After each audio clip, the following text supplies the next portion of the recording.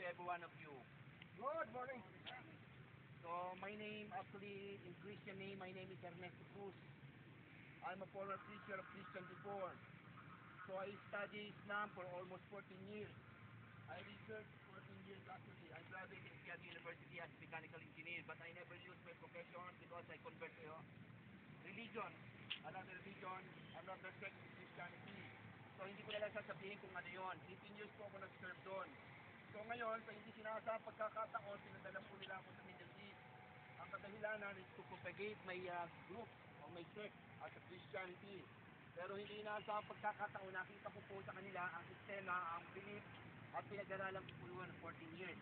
Nag-aral din po ako sa UPD naman for almost 2 semesters because nagturo po ako sa Jerusalem Private School as an outbound educator. Yun ang naging kailangan ng outbound educator na lakbay kalikasan ng mga mundo. Ibuta man siya sa kailangan yung bachelor ka. So ibig sabihin mga minamahal kong mga kapatid, isa sa naging aim ko nung pinasok ko ang Islam is to merge ay magkaroon tayo ng unity. Maintindihan ng bawat isa kung ano po ang Islam. Actually, alam ko na bawat isa sa inyo, normal na sa inyo nakakakita ng mga kamusliman dahil malapit po kayo sa Islamic area. Ang inaakala po kasi natin, pagka sinabing Muslim, lalo na especially ganito, either white is Maranao. Pero hindi po gano'n ang ibig sabihin ng Muslim. Ang ibig po sabihin ng Muslim, mga minamahal ko mga kapatid, tayo po. Lahat ng nilalang ng Allah subhanahu wa ta'ala is Muslim. Pilipino ka, Amerikano ka, Hapon ka, sa Muslim. Lahat po tayo, even ang araw, ang hangin, ang tubig, Muslim, dahil pinilig po tayo ng Allah subhanahu wa ta'ala. Ngayon, bakit kinakailangan kong ilapit sa inyo ito? Isa po sa naisip ko, bilang ako na nakapag-aral, na katulad din po ninyo, inisip ko ng ang isang partisipasyon ko na ibibigay sa bawat tao o Pilipino katulad ko, ay ilapit ang bawat isa sa atin, magkaintindihan kung ano sila at ano tayo. Hindi, ang alam natin lahat, kinikilala ang mga kamusliman sa mga malalalim mga problema, katulad ng mga terorista. Ganyan, pagpatay, pagkidnap, pagbenta ng shabu, ano pa mang kalukuhan. Pero actually, hindi po gano'n sa minamahal ko mga kapatid. Hindi po sinabi ng Allah subhanahu wa ta'ala na sambahin mo ako at gumawa ka ng masama sa mundo. Hindi po gano'n. Pero ang sabi ng Allah subhanahu wa ta'ala sa Quran, sila lang po, si Adan, ang dahil ni Adan ay magkakasala. Dahil po kami ni Adan, dahil po kayo ni Adan. Parehas na po tayo. Kung may nagkakamali sa kanila, may nagkakamali rin sa atin. Lamang, napakabibigat po ng porsyon ng kanilang mga naging sitwasyon na tulad po halimbawa ng huling kasaysayan ni Bin Laden na napuhat sa Pakistan. Whatever, kung ano man na naging kasalanan ni Bin Laden, siya po ay matutuwing kung isang kapatid sa pananampalataya, ano man ang kanyang mabuting ginawa, ay may kabutihan, kagantihan sa kanyang Allah, at ano man kasalanan ang kanyang ginawa, may kaparusahan po yun sa Allah subhanahu wa ta'ala. Katulad po natin, ang kaibahan lang po natin, yung tinatawag na Islam. Ang Islam is salam, kapayapaan. Sumunod, tumalima, isuko natin ang ating sarili sa nag-iisang naglikha ng langit at lupa. Nagkaroon sinabi ni Jesus sa Biblia, o ang kanang Israel, sambahin yung aking Panginoon na nag-iisa ng buong isip, buong kaluwa at buong lakas. Yun po ang ibig sabihin ng Islam. Actually, sa amin, sa mga Muslim, Jesus ay si Isa, anak ni Maria. Alam namin kinuha siya ng Allah at alam namin ibabalik siya ng Allah. Siya po ay isa sa pinakamataas na uri ng propeta sa amin. At ang lahat ng kanyang inutos, even the word history, wala po kasi tayo sa formal, wala tayong table, kaya na kayo tayo, hindi ko mabubuksan ng ating word history, sa Bible, sa Quran, hindi ko maintindihan sa inyo. Jesus, isa sa mga pinakamataas na uri ng propeta sa amin, na nagsugo, ang sabi niya sa word history, sundin natin ang 10 kautusan. Ang 10 kautusan ang summarize ng Quran. Ang Quran, ang sinasabing Quran, mga minamahal ko mga kapatid, ang Quran po ay hindi lamang sa mga Muslim na Islam, kung hindi sa lahat ng tao na maniniwala sa kaisahan ng Allah subhanahu wa ta'ala. Ang Quran, ang huling revelasyon, ang sumunod sa Biblia. Ang Biblia is contained of 4 revelation. Kasulatan ni Moises, David at Abraham, at ang huling kasulatan ni Jesus na tinatawag na Angel o Ebanghelyo o Gospel. Ngayon, ang Quran, ang huling revelasyon na naisulat sa Arab. Ito po ay hindi naisulat sa libro, ang original.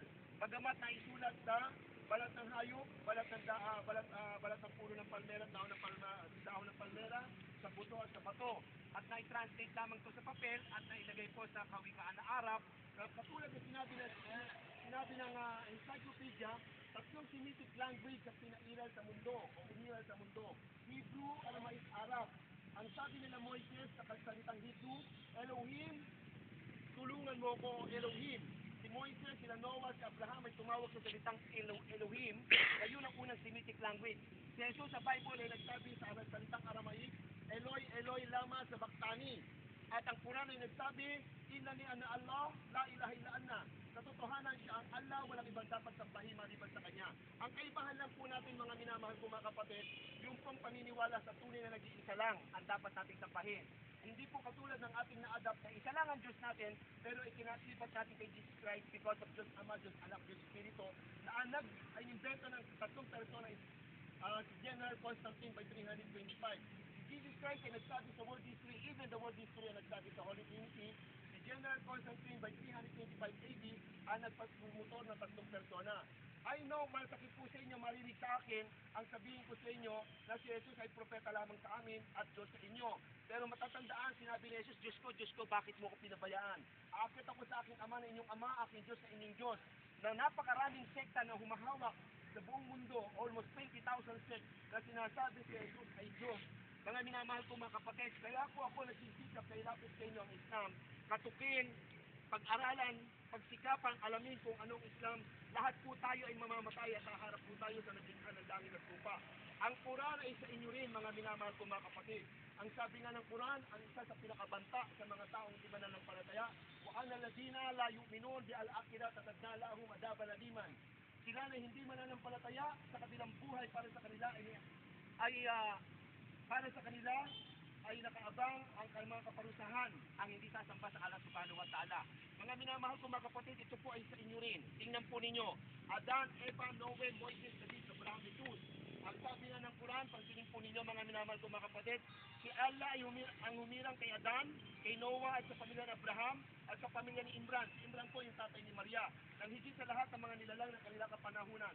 Even si Maria na ang inahan ni Jesus, ay sinabihan ng Allah subhanahu wa ta'ala, O Maria, isuko mo yung sarili na pagkanima sa iyong Panginoon si Allah sa pagpapalabot sa Kanya, at magpatilapa ka at ikaw ay lumukod kasama ng mga lumulukod.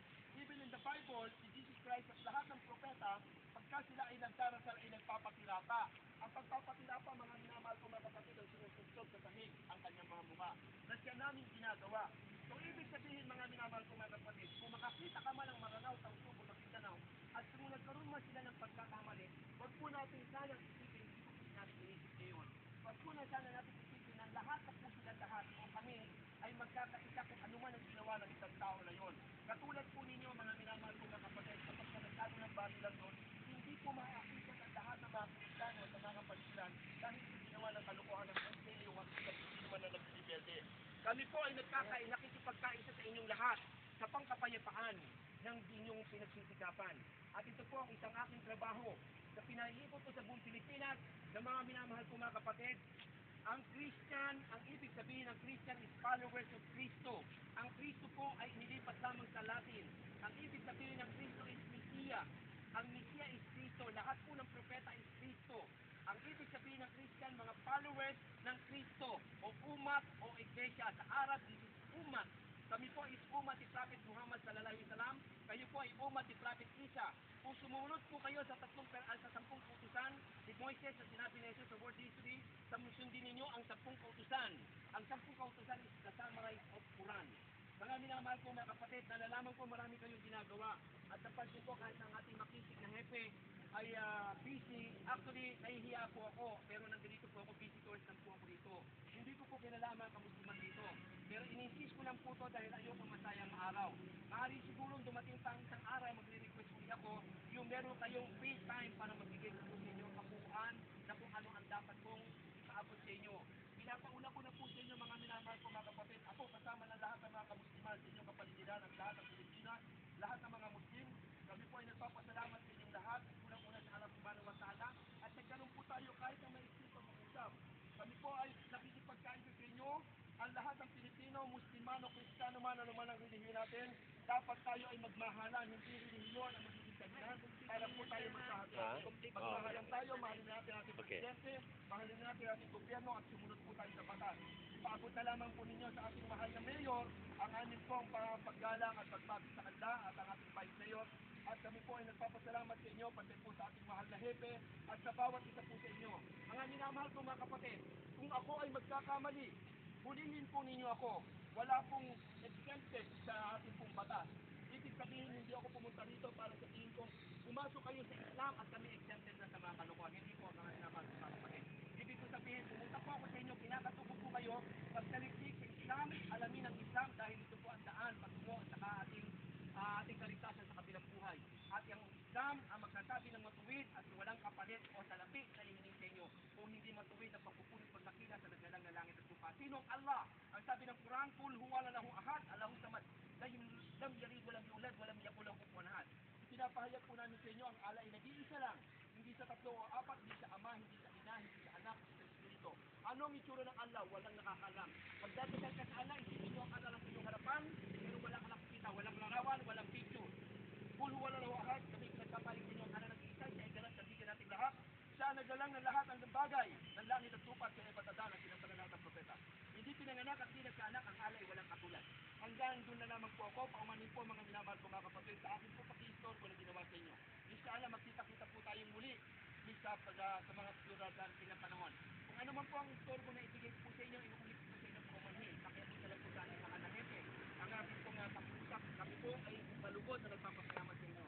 At inaasahan ko po sana sa susunod natin pagkikita, magbigay na po kahit isang oras lang para mas madali po ninyo maintindihan ang Islam. But at least, yung pong ibinigay ko sa inyo, mayroon na po kami biyaya sa kabilang buhay. Maraming pong salamat sa inyong lahat. Sana pagbalik ko dito, lahat po kayo general na. Ako po si Abdul Rahman Tuz, sa Islamic Institute. Assalamualaikum warahmatullahi wabarakatuh. Waalaikumsalam. Abdul Rahman. Thank you very much, sir.